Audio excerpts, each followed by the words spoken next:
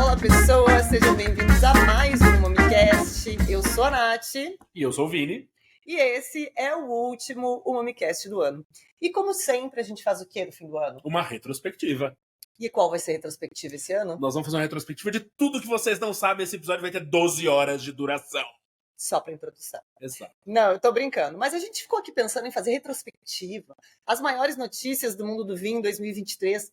Mas aí sabe o que bateu? A preguiça de procurar as notícias, porque se fossem tão relevantes a gente teria lembrado, não é? É verdade, a gente lembra de algumas coisas, mas não o suficiente para fazer um episódio. Então a gente resolveu o quê? Aproveitar que esse é o último episódio do ano para fazer vocês chorarem uma última vez. Você que tá aí pensando agora, nesse final de ano, super emotivo, pensando, chorando pelos amores, chorando por dinheiro, chorando que não aguenta mais trabalhar, você vai chorar de novo hoje, porque a gente vai falar de quê? De malolática? Não, pior do que isso. Malolática é fichinha. A gente vai falar de Alemanha. A gente vai falar melhor do que a Alemanha. A gente vai falar de Pradis. Nem consegui. Pradis. Porra! Pradiscat-Wein. A gente vai falar de legislação alemã. Nossa. Ó. Eu já tô sentindo que eu vou chorar junto no episódio. Nós vamos chorar juntos. Não, mas o meu problema é realmente uma dificuldade de pronúncia. O Vini pronuncia super bem. Na verdade, o que é pronunciar bem? É andar com pessoas que não falam alemão, então não sabem se ele tá falando certo ou errado. Esse é o negócio. Esse é o... Como é que é? É mentir com convicção. É assim que se sabe tudo. Tô brincando, gente. Mas hoje a gente vai falar de Pradiscat-Wein. O Vini queria falar de Alemanha. Só que a Alemanha é muita coisa pra gente falar. E aí, dava pra fazer uma apanhada geral de regiões? Dava. Mas assim, a maior parte do problema que a gente vê das pessoas quando estão estudando a Alemanha é a parte de classificação dos vinhos. É onde dá o maior bolo. Então a gente vai falar dessa parte, da classificação. Em outro momento a gente vem e vai fazendo mais episódios com regiões, uvas, enfim. A nova classificação, porque aí também dá uma complicada mais, tem um saborzinho ali, entendeu? Mas isso fica mais pra frente. Hoje a gente vai falar da pirâmide de qualidade dos vinhos da Alemanha, mas aí vem um pouco. A Alemanha tem um sistema de classificação diferente do resto da Europa. A gente tem no resto da Europa vinhos sem indicação geográfica, vinhos com indicação geográfica, e dentro dos vinhos com indicação geográfica a gente tem IGP e DOP. Isso também existe na Alemanha. Mas dentro dos vinhos de DOP na Alemanha, de denominação de origem protegida, a gente tem uma classificação baseada na maturação da uva. Por que diabos isso acontece? Porque só falar alemão não era difícil o suficiente para quem estuda vinho. Tinha que dificultar um pouquinho mais. E essa é uma parte que gera muita confusão, né? Porque tá todo mundo acostumado com os diversos níveis de classificação. IGP, vamos supor, Itália. IGP, DOC, DOC-G. A gente sabe que quando vai subindo na pirâmide, vai ficando mais restrita, as regras vão ficando mais rígidas para a produção. No caso da Alemanha, dentro do topo da pirâmide, existe uma outra classificação que não tem a ver com qualidade, sim com açúcar no mosto. Em certo aspecto tem a ver com qualidade, claro. Porque é um país onde é difícil amadurecer as uvas. Não, nesse sentido sim, mas as pessoas podem pensar que o topo da cadeia é melhor do que a parte de baixo. E na verdade, é só nível de açúcar que a gente está falando. Exatamente, nível de açúcar no mosto. Só que num país onde amadurecer a uva é difícil, mais açúcar no mosto significa mais qualidade. Claro. Porque mais maturação você tem mais açúcar, menos acidez, mais aroma, mais sabor. E aí a gente pode gravar pro futuro, mais pra frente, um episódio falando das outras classificações, inclusive falando do VDP. Sabe o que é bom de fazer um Momicast? É saber que nosso público, ele é tão maravilhoso que a gente não vai ouvir nenhuma groselha sobre mas vinho doce não é vinho. Porque assim, de todas as coisas absurdas que eu ouço, essa é uma das que mais me irrita. Pelo amor de Deus, o que esse povo... Esse povo precisa ir na Vinoble, então, pra descobrir o que é o vinho doce. Que tem... Bom, enfim. Inclusive, só queria fazer um elogio pra vocês. Eu amo vocês. Ano que vem, já tá confirmado. Se nada der errado, estarei na Vinoble. A maior feira de vinhos doces do mundo. Será que a dona Ivino quer me contratar até lá? Olha aí, pra me mandar junto? Vamos ver. Como filmmaker, de repente. Nossa amiga Gabi Friesen também tá... Gabi Friesen, Cecília Aldaz me disse que estava querendo ir também. Vamos montar uma excursão pra Vinoble? Vamos! E aí eu tento vender, e aí eu vou... Eu tentando ir sem pagar. Assim, ó, se vocês quiserem fazer uma excursão pra Vinoble, que é a maior feira de vinhos doces do mundo, que vai acontecer no final de maio, em Jerez, no sul da Espanha, fala com a gente. manda uma DM. Não, o mais legal é que a gente não estava planejando nada disso. Esse assunto surgiu agora. Não sei o que é isso que ele tá falando. Vamos fazer uma excursão, mas manda. Vai que sai alguma coisa. A gente fala com uma agência. Sim, você que tem uma agência de viagens e ouve o MamiCast. Você que tem uma agência de viagens e ouve o MamiCast, bora agilizar um passeio para Vinópolis. A gente marca umas visitas técnicas nas vinícolas, dá um aulão de Jerez. A Gabi Frison vai junto, a gente já puxa a louca do Jerez no rolê. Gente, não é uma má ideia. Tá, não vamos desvirtuar o tema que a gente já tá falando, já tá na Espanha, em Jerez, falando de Vinópolis. Não, gente, volta pra Alemanha aqui. Ok, Alemanha. Vamos lá. Então, a Alemanha, como está dentro da União Europeia, vai seguir a norma da União Europeia. Então, a gente tem vinhos sem indicação geográfica, vinhos com indicação geográfica protegida e denominação de origem protegida. Essa pirâmide na Alemanha, a gente tem na base Deutsche Wein. Vinho alemão, vinho da Alemanha. A gente tem vinho com indicação geográfica protegida, Landwein. Vinho da terra. Vinho da terra. Que tá muito bom em alemão, gente. Que é vinho de la Tierra na Espanha, vinho regional em Portugal, o Vin de Pays na França, é a mesma lógica. E a gente tem, no topo da pirâmide, os vinhos de denominação de origem protegida, os Qualitätswein e os Pradigkeitswein. E é nisso que a gente vai se aprofundar hoje também. Mas vamos começar pela base da pirâmide, Deutsche Wein. Vou passar rapidamente por essa parte, que nosso rolê aqui é... Enfim. É importante entender que a Alemanha compra muita uva para fazer vinho, para fazer espumante e tudo mais, mas Deutsche Wein, não, apesar de não ter indicação geográfica, tem que ser feito com uvas produzidas na Alemanha. Porque existe a possibilidade de fazer vinhos na Alemanha com uvas que não são da Alemanha, só não se enquadraria nisso. Exato. E aí uma curiosidade. O nível de maturação dessas uvas para Deutsche Wein é ridicularmente baixo. Ou seja, vai vir basicamente tanino ao invés de mosto. Não, pensa mais em vinho branco do que tinto, mas assim, a densidade mínima do mosto na zona A, que é a zona mais fria, a zona mais ao norte da Alemanha, então tudo que não é Baden, é de... se tudo fermentar e virar álcool, vai dar um vinho de 5% de teor alcoólico. A chaptalização é mais do que uma necessidade. Na zona B, que é em Baden, que é a zona mais quente da Alemanha, o mínimo são 6%. Claro, isso tudo é medido em graus Oechsle, então é uma medida de densidade do mosto, de teor de açúcar no mosto. E aí, só que os vinhos têm que ter no mínimo 8,5% de teor alcoólico. Então, se o mínimo de açúcar na uva é de 5% ou 6%, e o vinho tem que ter no mínimo 8,5% de álcool, chaptaliza-se. Chaptalização, para quem não está familiarizado, é o ato de adicionar açúcar ao mosto antes da fermentação para que o potencial alcoólico no final seja mais elevado. Porque todo açúcar é convertido em álcool, então quanto mais açúcar, mais álcool. Nesse caso, são uvas que não, como o Vini falou, tem uma dificuldade de maturação muito grande, né? Sim. Então, é necessário para atingir... E se você for ver regras das denominações de origem de diversos países, sempre você vai ver que a maioria dos casos, na grande maioria dos casos, tem um requisito mínimo de álcool. Então, países como a Alemanha, que tem já um clima mais frio com dificuldade, geralmente já prevêem a possibilidade de chaptalização para aumentar 2 graus de álcool. Isso, e aí a gente tem a questão de safras e castas. Podem constar do rótulo, mas tem uma curiosidade. 22 castas autorizadas na Alemanha não podem aparecer no rótulo de um Deutsche Wein. Então, por exemplo, um Deutsche Wein nunca pode ter no rótulo o nome Riesling. Ele pode ser feito com Riesling. Mas a casta não pode constar do rótulo. Porque ela é uma casta nobre, é uma casta premium. Que devia estar nos vinhos de qualidade superior. Exatamente. Opa! O Thiago chegou no meio da gravação. Vamos ver ele passando aqui pro lado. Thiaguinho, olha ali. Aqui. Nosso atleta de Cristo. Olha ali. Cheio de pastel aqui. Dá licença, a gente tá no meio de uma gravação importante. Você tá aqui suado atrás da gente. Mas é isso, né, gente? Temos Landwein. Então, a gente aqui tem vinhos de indicação geográfica protegida. Pelo menos 85% das uvas tem que vir de uma das 26 regiões possíveis dentro da Alemanha. E, tipicamente, esses vinhos vão ser Trocken ou Halbtrocken, traduzindo... seco ou meio seco. E aí, vocês vão ver que, no final das contas, parece mais infirulado do que é, porque as palavras ajudam muito na hora da classificação, a gente entender em que nível a gente está falando. Gravem o Trocken e o Halbtrocken e a gente vai indo conforme o Vini for trazendo. Aí algumas regiões, como Rhein, Oberrhein, Rhein-Neckar, Neckar, podem ter níveis um pouquinho maiores de açúcar, mas o teor alcoólico geralmente vai ser 0,5% maior do que o mínimo de um Deutsche Wein. Então ele é um pouco melhor do que um Deutsche Wein, mas ele já você tem garantia da origem. Sim, a uva vem dali. E um pouco melhor, também pode ser chaptalizado. E aí a gente entra nos vinhos de denominação de origem protegida, Qualitätswein e Pradigkeitswein.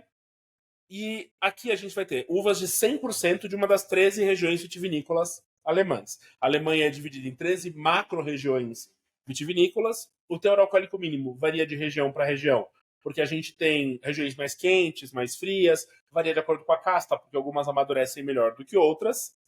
Então, por exemplo, nessas classificações, o teor de açúcar inicial do mosto, então o teor de açúcar na uva pode variar entre 55 e 154 graus Öschle. É uma variação muito grande de açúcar residual. Então, do mínimo ao máximo, você tem uma variação muito grande. O que mostra essa diversidade na Alemanha e a dificuldade de amadurecer a uva nesse país. Qualitätswein pode ser chaptalizado, então é vinho de denominação de origem que pode ter chaptalização.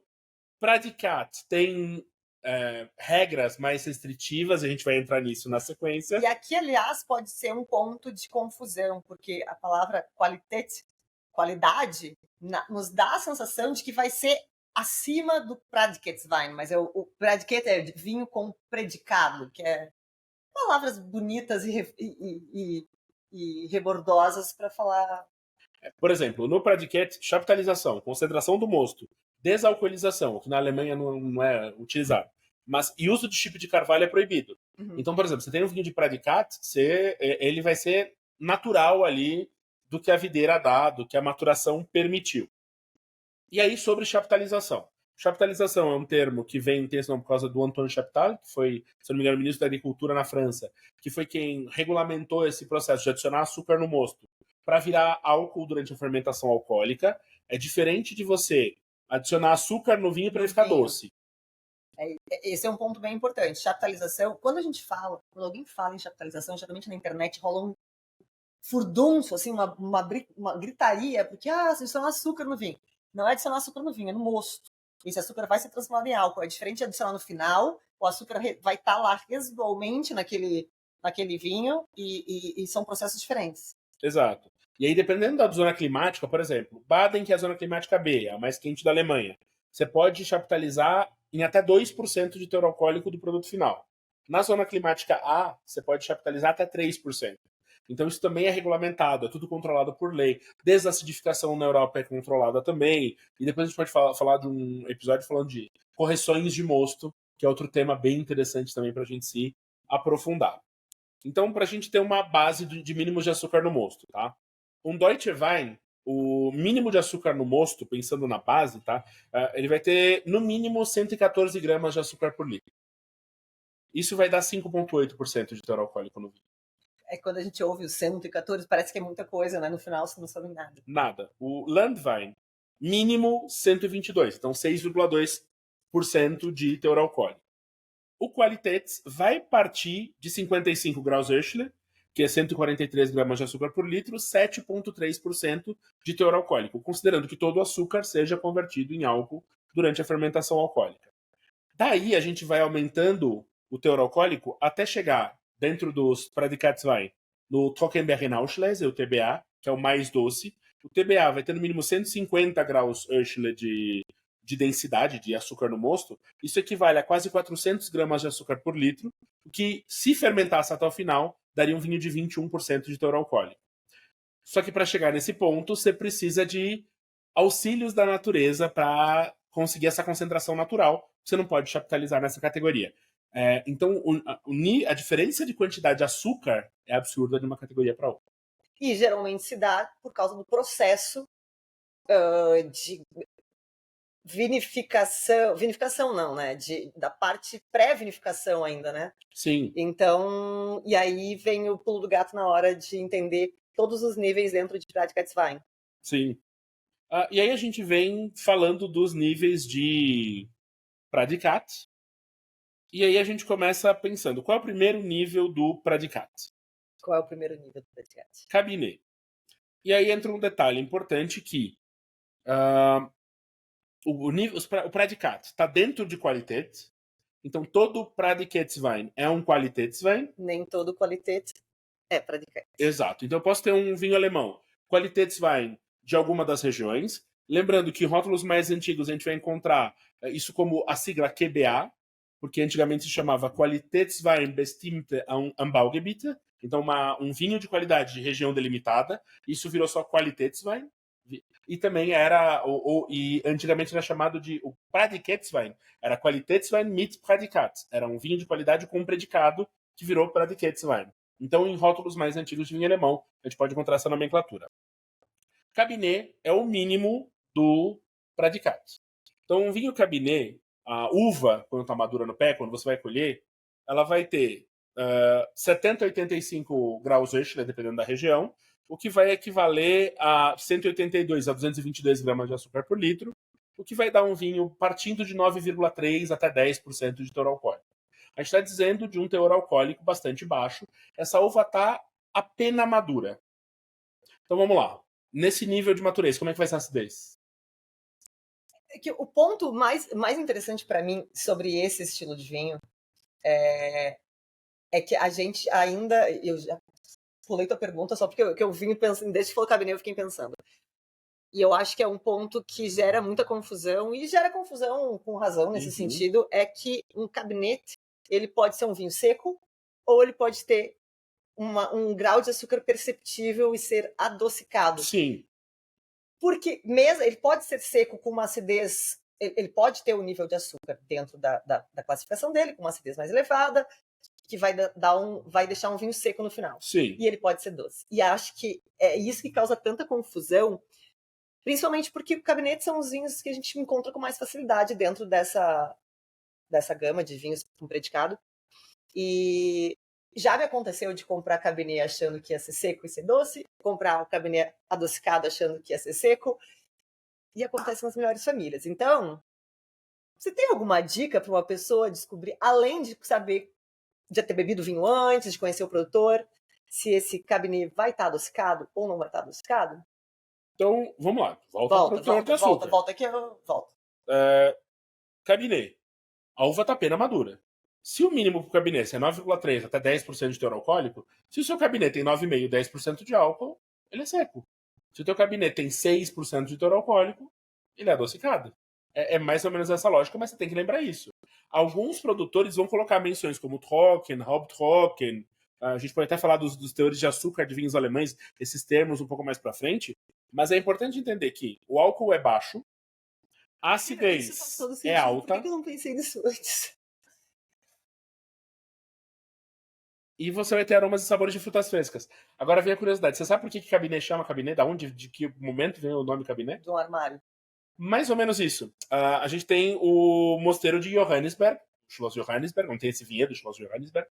E no século XVIII, final do século XVIII, nesse mesmo mosteiro se criou o conceito de Spätlese, né, que é o próximo nível de Prädikat.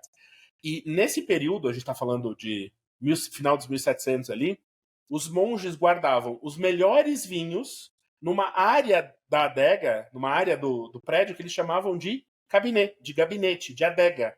Então era o melhor vinho até aquele momento era o que você armazenava dentro de uma área fechada, trancadinha, guardadinha, que era o gabinete. Então, a gente está falando, naquele período não tinha uma maturação maior do que a gente tem hoje. Hoje a gente tem pontos como aquecimento global, mudança climática, inundação na Alemanha, onda de calor. Isso não existia no final dos 1700. Então, essa lógica do que é base de Prädikat hoje ser o melhor do período é muito interessante. Então a gente tem Cabernet, a base da pirâmide, a base dessa classificação. Ok, você tem a uva madura para o Cabernet. Você quer um vinho de melhor qualidade. O que você vai fazer com essa uva? Não, assim, você quer um vinho melhor, você vai colher a uva? Você quer deixar com mais açúcar, é isso que você está me dizendo. Você quer, assim, não é só açúcar.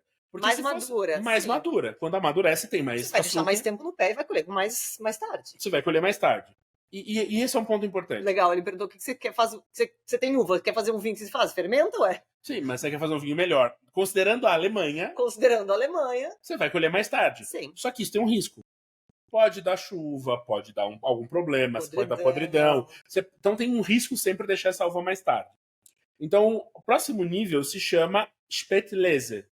Lese, colheita, Spät, tarde. Colheita tardia. Mas é uma colheita tardia, não no sentido que a gente entende colheita tardia. Não é que uma uva tá passa. Exatamente ela é isso. Sobremadura. E para ter uma ideia, entre o Cabernet Petlese, quanto é mais tarde, tá? Então, a primeira menção desse conceito aconteceu em 1775, está documentado. Por quê? As uvas só podiam ser colhidas com autorização de um bispo.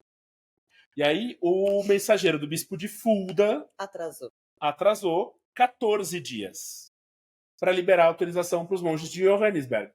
Então, a uva ficou no pé 2 semanas a mais. E aí colheram uma uva mais madura. Então, Spätlese, uma colheita mais tarde. Então, para ter uma ideia de comparação em nível de açúcar, tá? Eu adoro quando a gente vai pesquisar as razões de ser das coisas. Alguém atrasou. E o Spätlese vai de 80 a 95 graus Öchler, então de 209 a 248 gramas de açúcar por litro, o que vai dar na base um vinho de 10,7 até 12% de teor alcoólico se todo o açúcar fermentasse. Tanto no Cabernet quanto no Spätlese a gente pode fazer vinhos secos a doces, adocicados. Então, uvas colhidas mais tarde no Cabernet não estão sobremaduras, elas só estão mais maduras. O álcool costuma ser geralmente baixo também. O corpo vai ser leve a médio. Então, você costuma ter um pouco mais de corpo, um pouco mais de textura, porque você tem mais álcool, você tem mais aroma, mais sabor.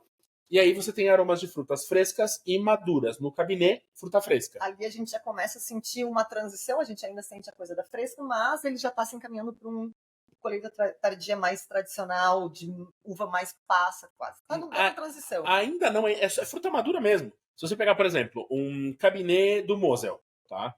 Um Cabernet do Mosel ele vai ter floral e fruta cítrica fresca, fruta verde. Quando você vem para um Spätlese do Mosel, você vai ter flor um pouco mais madura, uma flor um pouco mais intensa, e você vai ter aroma de maçã, mas não vai ser só maçã verde, você vai começar a ter uma maçã madura. Mas ainda não é maçã sobremadura, ainda não é doce de maçã. A gente vai começar a ter aroma sobremaduro nos níveis mais para frente. E isso é um ponto legal, porque quando você compara, por exemplo, a Alemanha com outras regiões, e aí eu vou pegar um extremo como o sul da França. Você vai pegar um branco do sul da França, é normal você ter aroma de geleia, doce de fruta, compota. Chateauneuf do Pape branco, aquela fruta madurona, sobremadura, opulenta. Isso na Alemanha, num vinho seco, é impensável. Hoje. Se você encontrar, já tem um sinal de aquecimento global pegado. Exatamente.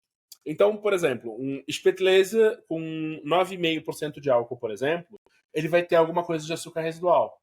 Porque ele poderia ter 10 e tanto, 11, então ele vai ter um açúcarzinho residual ali. Ok, então você tem a uva madura para Spätlese, mas você quer uma uva ainda mais madura, ainda mais saborosa, ainda melhor. Como é que você vai fazer? Auslese. Auslese. Lese, colheita, Aus, seleção.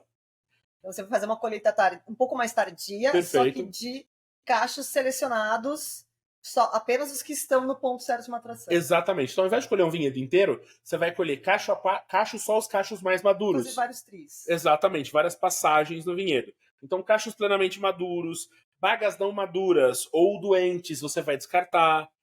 Você pode, aqui nesse caso, já ter algumas bagas afetadas pela podridão nobre. Então, ou com uma maturação extra, algumas uvas já podem estar sobremaduras. Inclusive, é normal você encontrar Auslese, vinhos dessa categoria, com a cápsula dourada, o Gold's Capsule, que é uma sugestão de que esse vinho tem podridão. Tem parte de uva com podridão nobre. O álcool costuma ser baixo a médio, então aqui a gente já entra em teor alcoólico médio, corpo médio a médio mais, aromas e sabores de frutas maduras, podendo ter algum aroma que vai para o lado da podridão nobre, e secos a doces. Então, Auslese é o limite de vinhos secos. Daqui para diante, só vinho doce.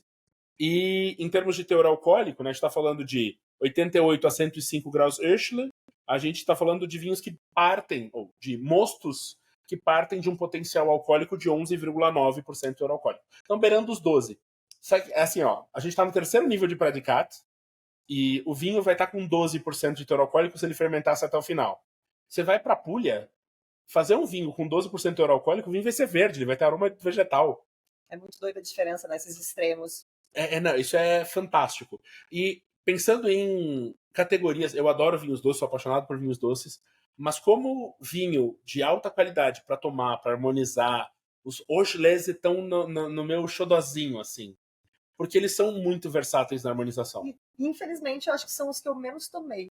Sim. dentro dessa classificação. E eles têm uma concentração de sabor. Quando tem açúcar residual para pratos agridoces, comida asiática de maneira geral, então a gente falando de comida tailandesa, taiwanesa, chinesa, coreana, vai que é uma beleza. Vai que é uma beleza, A gente assim. comeu pastel antes da gravação para acalmar o coração e não deu. Pois é. A próxima vez vamos trazer um bolo de comida. Um bolo não, uma tigela. Vamos abrasileirar. E aí uma curiosidade. A gente falou que no final do século XVIII, ali no final dos 1700, 1775, veio o Spätlese. O Eiswein, o vinho do gelo, surgiu em 1830. Então, no início do século XIX. Os produtores deixavam as uvas mais não tão maduras nos vinhedos e eles escolhiam essas uvas congeladas para dar para os animais comerem. Só que aí perceberam que a uva podia dar um vinho interessante, porque colocaram na prensa, tiraram o mosto e começaram a fazer vinho. Mas também surgiu meio que por acaso. Era a uva que tinha sobrado no vinhedo. Você já comeu uva congelada? Em casa só. É muito bom. É bem legal. Fica essa dica. Não completamente desvirtuando o assunto, mas é que isso é muito bom agora para esses dias quentes. Não uva dedo de dama, não essas grandonas. Uva pequenininha mesmo, como se fossem as uvas como a nossa videira e uma Niágara da vida, essas que solta a casquinha, põe para congelar. Solta o galinho, põe para congelar. Parece uma bala fine. Uhum. Nossa, fica muito bom. Porque você vai congelar a água, concentra os açúcares. Concentra açúcar, concentra sabor. E aí tem um negócio legal nesse congelamento. Eu gosto muito de usar agora no verão. Congela as baguinhas separadas. E usa como gelo. Para vinho, para coquetel. Então você vai fazer, por exemplo, um Aperol Spritz. Não vai derreter e não vai deixar a bebida aguada. Não dilui. Exatamente, esse é um negócio legal. O vinho é congelado, é 10 de 10. E depois ela vai ficar, além de congelada, o vinho é bêbada. Pra comer depois. Assim, não, mas o vinho é congelado é uma delícia. Então é isso, 1830. Tem o registro dos primeiros Eiswein, né, da Alemanha. Eis, gelo, Wein, vinho. Então vinho de gelo, vinho de uva congelada. A Alemanha é um país que consegue fazer todos os anos safra de Eiswein, que a gente sabe que não são todos os lugares que conseguem. E agora, com aquecimento, a gente está vendo mais vinho tinto sair com mais facilidade da Alemanha, o que me leva a crer que os Eiswein estão ficando mais difíceis. Se eu não me engano, ano passado, por causa do aquecimento global, das mudanças climáticas, teve uma vinícola que conseguiu fazer Eiswein na Alemanha. E tinham várias que conseguiam. Não são todas que conseguem todos os anos, mas uma vinícola só conseguir fazer esse estilo de vinho num país que tem tradição para isso é um problema. O único país que eu sabia que conseguia fazer todos os anos, mas ultimamente eu não sei como é que tá, Canadá. Canadá, que a gente tem regiões ainda onde fazem Eiswein todos os anos. Nos Estados Unidos fazem Iced Wine. Então colhem a uva e congelam. Eu visitei Finger Lakes, que é a região onde se faz os Ice Wine, mas a maioria era tipo Ice Wine, que é congelado artificialmente, né? Para ser Ice Wine tem que ser congelado no pé. A curiosidade do Ice Wine é que as uvas são colhidas congeladas. Na Alemanha tem que ser, no mínimo, temperatura ambiente de 7 graus negativos. Levam para a vinícola o mais rápido possível e são prensadas congeladas. O mosto que sai ele é naturalmente concentrado, mas não tem sobrematuração. Então, uma das coisas mais legais do Ice Wine, como vinho doce ou vinho de sobremesa, é a pureza da fruta fresca. Porque em outros métodos, como colheita tardia, sobrematuração, podridão nobre, você muda o perfil da fruta. No Ice Wine, você preserva o perfil da fruta fresquíssima. Isso eu acho muito legal. E essa é a grande beleza, né, dos vinhos de sobremesa no geral. Porque a gente vai ter o vinho com podridão nobre, ele tem características aromáticas e gustativas de podridão nobre, específicas do processo. Os vinhos que são frutificados vão ter outro tipo. Os Ice Wine é como se fosse um vinho puro, um Riesling puro, porém adocicado, concentrado. Ele mantém aquele frescor, aquela fruta toda de um vinhozinho jovem. Sim. Que é muito diferente. Eu acho ele mais gostoso nesse sentido para harmonizar com fruta, com salada de fruta, com esse tipo de coisa. Assim. Se você nunca tomou um Ice Wine, tem poucos no Brasil, mas assim, procurando, você encontra. Se alguém vai para o Canadá, já encomenda. Se alguém vai para a Alemanha ou para a Áustria, já encomenda também. Aqui, mas é o americano, é o tipo. Mas aí tem um negócio muito legal, que é, assim, eu penso fazendo uma analogia completamente aleatória, tá? Como a gente faz tudo. Mas se você pensar, por exemplo, em seres mitológicos, seres místicos tipo Tolkien, você tinha os anões, você tinha os humanos, você tinha os elfos, você tinha os balrogs, etc. Ice Wine não tem cara de elfo, aquela coisa muito pura, muito cristalina, muito aromática, muito refinada. Tem super. Então, na Terra-média, os elfos tomariam Ice Wine. Elfo tem cara de tomar absinto, que nem as fadas. Não, fada é outro... Outro rolê? Fada é um bicho meio... O que fada toma? Toma absinto, toma um negócio mais... Toma uns negócios mais punk. Pelo menos os elfos do Tolkien acho que tomariam... Aquele cabelo bem... Exatamente, Legolas. They're taking the hobbits to Isengard. É isso, sabe? Orlando Bloom. Bem fresco. Orlando Bloom. Pode ser. Só confirma. Só confirma. Bom, depois dessa divagação aleatória, porque assim que a gente nós temos duas categorias com podridão nobre, ou com sobrematuração / podridão nobre. A primeira é Beerenauslese, então lese, colheita, hoje, seleção. Beeren, baga, então uma colheita selecionada de bagas. No Auslese selecionou os melhores cachos, no Beerenauslese seleciona as melhores bagas. Ou seja, cada vez que passar no vinhedo para colheita, não vai só escolher o cacho que já está na maturação correta, vai olhar o cacho e pegar apenas os grãos que já estão na maturação correta, que é mais ou menos o que a gente vê na produção de diversos vinhos de podridão nobre, né? É o que a gente vê, na verdade, na produção de vinhos de podridão nobre. Então, o que já me leva a crer que aqui a gente já está falando de quase 100% podridão nobre. Ainda não. Quase, por isso eu disse quase. Então assim, o negócio como é medido pelo teor de açúcar no mosto, para atingir esse teor de açúcar, ou as uvas estão sobremaduras sem podridão nobre, o que é normal é ter parte das uvas sobremaduras e parte afetada pela podridão nobre, que é o que acontece em Sauternes. Que não é 100% podridão nobre. A gente tem aquela ideia de pensar, Sauternes é vinho de podridão nobre. Tende a ser, mas um Sauternes não precisa ser obrigatoriamente feito só com uvas afetadas pela podridão nobre. Pode ser só um sobremadura. Se não fosse assim, a gente não veria tanta discrepância em valores, né? Porque a gente encontra Sauternes em preços bastante acessíveis ainda. Sim. E outros que são até bem ralos, né? Exato. Então é isso, é pouca uva que ali tem uva afetada por podridão nobre, mas ela está complementada por uvas de colheita tardia apenas. E se a gente pensar, por exemplo, em termos de legislação, o nível de maturação para o Eiswein e para o Beerenauslese, para o BA, é o mesmo.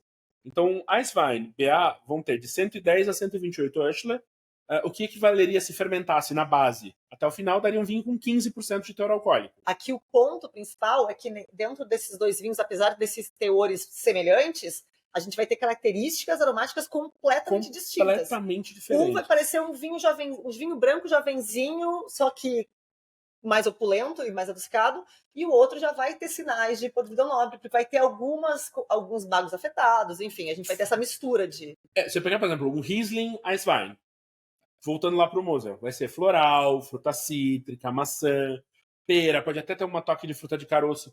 Quando a gente vai pro Beerenauslese, por exemplo, a gente vai ter um vinho doce, pouco alcoólico, mas com mel, damasco seco, pêssego seco, maçã madura, geleia, compota, pão de centeio. Então a gente vai ter esse perfil completamente distinto de aroma e sabor, sendo que a base da maturação da uva, né, o mínimo de açúcar no mosto é o mesmo. Então é muito legal. Essa é uma comparação que vale a pena ser feita. É você comparar um Eiswein com um Beerenauslese, que tem esse mesmo padrão mínimo, só que com técnicas de produção diferentes. Na verdade, esse é um exercício, além de muito gostoso, muito legal, né? Muito legal. E sabe onde é que você pode fazer isso? Na Vinoble. A gente não tá vendendo, mas a gente tá vendendo. A gente tá vendendo. O Thiago, tu realmente vai ficar atrás da câmera de pijama enquanto a gente grava? Tá de pijama. Tá de pijama, sim. Bom, o Thiaguinho tá desfilando para nós. Eu acho que ele quer biscoito. Ou quer participar. Eu acho que ele quer participar, porque a gente tá falando de vinho doce, ele gosta de vinho doce. Ele gosta. Inclusive tem um TBA aqui nos ladeira, hein? Olha aí. Você sabe qual é. Sei qual é. Mas aí um ponto importante também. Qual a diferença de BA que tem podridão nobre e é alemão para outros BAs do mundo, como Tokai Azul, como Sauternes, etc.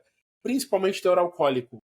Esses vinhos costumam ter 6, 7% de teor alcoólico, enquanto os Sauternes costuma ter 12, tem Sauternes com 14. Então, tem um teor de álcool mais normal. Exatamente. Mais padrão. Então, o teor de álcool nesses vinhos de podridão nobre do resto do mundo costuma ser maior, então geralmente é um álcool médio, enquanto na Alemanha esse teor alcoólico de um BA ou de um TBA costuma ser baixo. Esse é um dos diferenciais numa degustação às cegas, por exemplo, para saber de onde é o seu vinho de podridão nobre. E aí a gente chega no último nível do Prädikatswein, que é o TBA, que é Trockenbeerenauslese. Não, eu gravei um episódio com o Edu Araújo, que ele veio contar quando ele foi participar do simpósio do Master of Wine.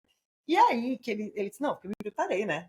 Aprendi a pronunciar Trockenbeerenauschles perfeitamente. Cheguei lá e todo mundo só chama de TBA. TBA. Ninguém fala a palavra. Eu aprendi e ninguém falou a palavra.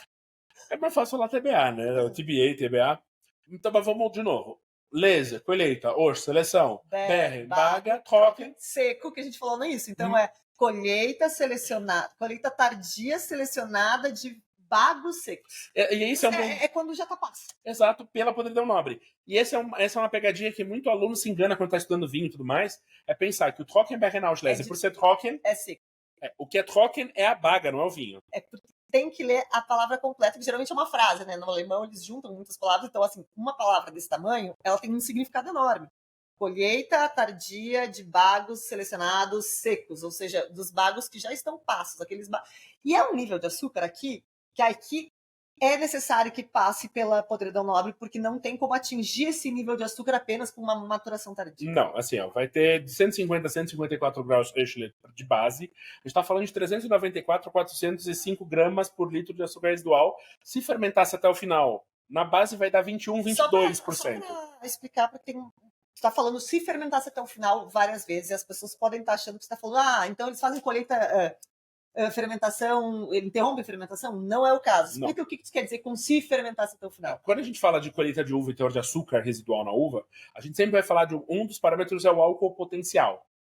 É quanto, se esse açúcar fermentasse inteiro, quanto de álcool teria no final do produto. Mas aí um ponto, tem tanto açúcar que a pressão osmótica desse açúcar em cima da célula da levedura mata a levedura. Você nunca viram um meme muito bom? Que tem muito açúcar, vou morrer. Tem a levedura. Tem muito álcool, vou morrer. Então, tipo, a levedura ela para de trabalhar por muitos motivos. Exato. Muitos excessos ela vai sofrer. Açúcar demais. Quando passa de um determinado nível de álcool, ela também para de trabalhar. Então ela para e aí pode sobrar açúcar. A primeira vez que eu tive contato com esse conceito de levedura morrer por causa de açúcar em excesso foi durante a faculdade de enologia. Eu tinha um professor que hoje produz vinho, que é o Eduardo Giovannini, da Quinta Barroca da Tilha, lá no Rio Grande do Sul.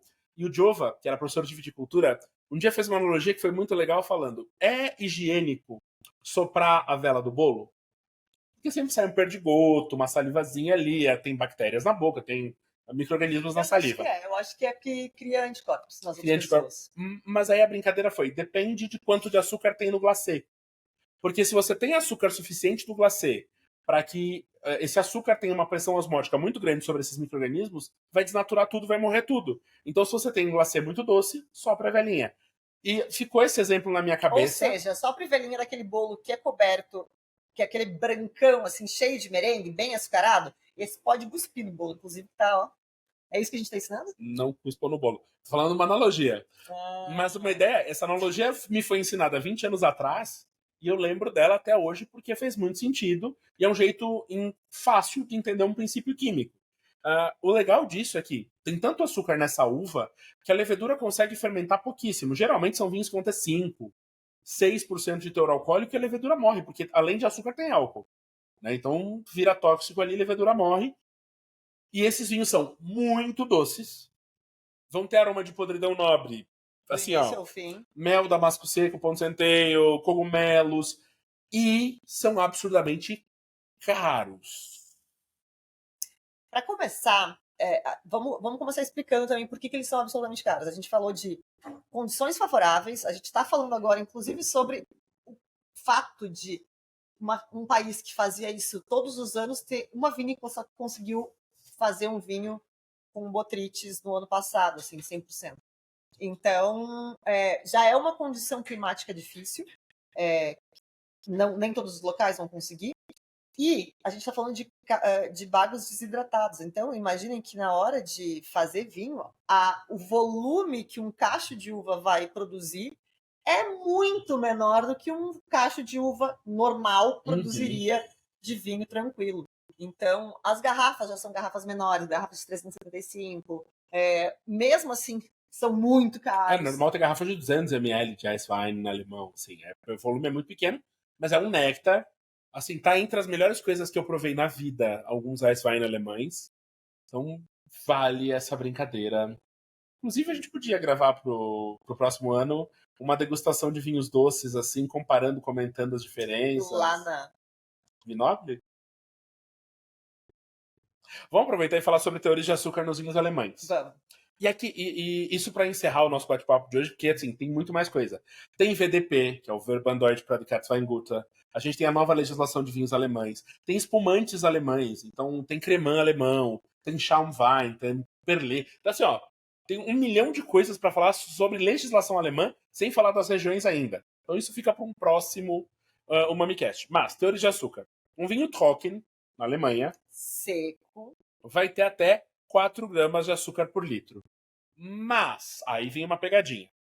A legislação permite que vinhos de até 9 gramas por litro sejam secos. Desde que A acidez acidez que equilibre isso. Porque o que importa no final é a sensação no paladar. É nesse Perfeito. sentido que eles se baseiam. Exatamente. A percepção é de um vinho seco?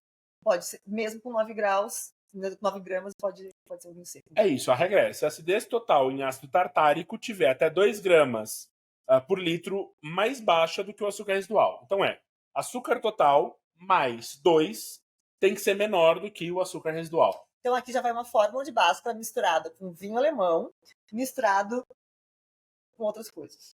Aí a gente tem o Halbtrocken. Meio seco. Vão ser vinhos com até 12 gramas de açúcar por litro, podendo chegar até 18. Mesma lógica. Aí a gente tem o Lieblich. Lieblich meio doce. Que vão ter açúcar residual maior que o meio seco, mas menos do que 45 gramas de açúcar por litro. Que é o doce. Aí nós temos o SUS, que é o doce, que vai ter mais de 45 gramas de açúcar por litro. E tem uma classificação que está bastante popular, que é muito popular na Alemanha, que é o Feinherb. Feinherb, escreve Feinherb, né? É uma classificação extraoficial para vinhos que ficam geralmente entre o meio seco e o meio doce. Mas como ela é uma classificação extraoficial, não tem como saber, mas você sabe que ele vai ser adocicado. Então, e a Alemanha cada vez mais produz vinhos secos, isso é um ponto importante, tá? Em 1985, a maior parte dos vinhos alemães, mais 50% dos vinhos alemães eram doces. Hoje, aproximadamente 50% dos vinhos alemães são Trocken. E aí a gente vai ter uns 20% Halbtrocken e o restante é mais doce do que isso. Então, hoje, a maior parte dos vinhos alemães é seco, apesar de ainda existir no mercado essa imagem de que vinho alemão é vinho doce. É isso. Nem foi tão complicado assim, vai. É isso. Você chorou? Chorei, não.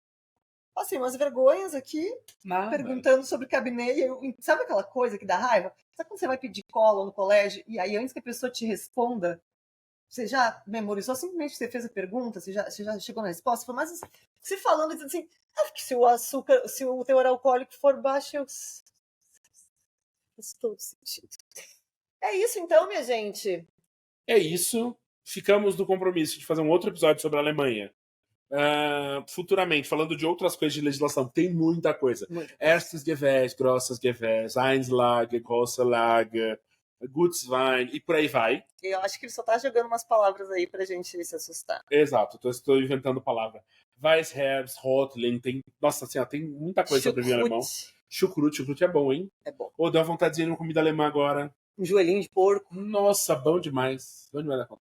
E falamos aqui, aventamos a possibilidade de uma Vinoble, final de maio.